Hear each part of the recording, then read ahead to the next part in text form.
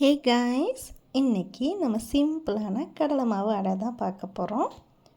நம்ம வீட்டில் தோசை மாவு தீர்ந்து போயிடுச்சு அப்படின்னா இந்த சிம்பிளான ரெசிபியை பண்ணலாம். எல்லார் வீட்லேயுமே கடலை மாவு இருக்கும். வாங்க இதை எப்படி பண்ணுறதுன்னு பார்க்கலாம். இப்போ நான் 1 கப் கடலை மாவு எடுத்திருக்கேன். இது கூடவே 2 டேபிள் ஸ்பூன் ரவை ஆட் பண்ணி தண்ணி ஊற்றி கொஞ்சம் உப்பு போட்டு நல்லா மிக்ஸ் பண்ணிக்கிறேன். கட்டி எதுவும் இல்லாமல் மிக்ஸ் பண்ணிக்கணும். இது கூடவே 1 கப்பு பெரிய வெங்காயம், ஒரு பெரிய தக்காளி, உங்கள்கிட்ட பச்சை மிளகாய் இருந்துச்சுன்னா காரத்துக்கு அதை ஆட் பண்ணிக்கோங்க. இது கூடவே நம்ம இடித்து வச்சுருக்க இஞ்சியும் பூண்டும் ஆட் பண்ணிக்கலாம். கூடவே குட்டி குட்டியாக நறுக்கி வச்சுருக்கிற கொத்தமல்லி தலையும் கருவேப்பிலையும் ஆட் பண்ணிக்கலாம். கொஞ்சம் பெருங்காயத்தூளும் ஆட் பண்ணிக்கிறேன். இது கூடவே கொஞ்சம் garam masala, 1 tablespoon chilli masala add பண்ணிவிட்டு நல்லா மிக்ஸ் பண்ணிக்கிறேன். இது ஒரு 10 மினிட்ஸ் ஊறட்டும். அப்போ தான் நல்லா கன்சிஸ்டன்சி நல்லாயிருக்கும்.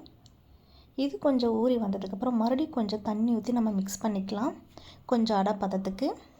இப்போ தோசைக்கல்லை நல்லா காய வச்சுட்டு இது அடை மாவு மாதிரி நல்லா தேய்ச்சி விட்டுக்கலாம்.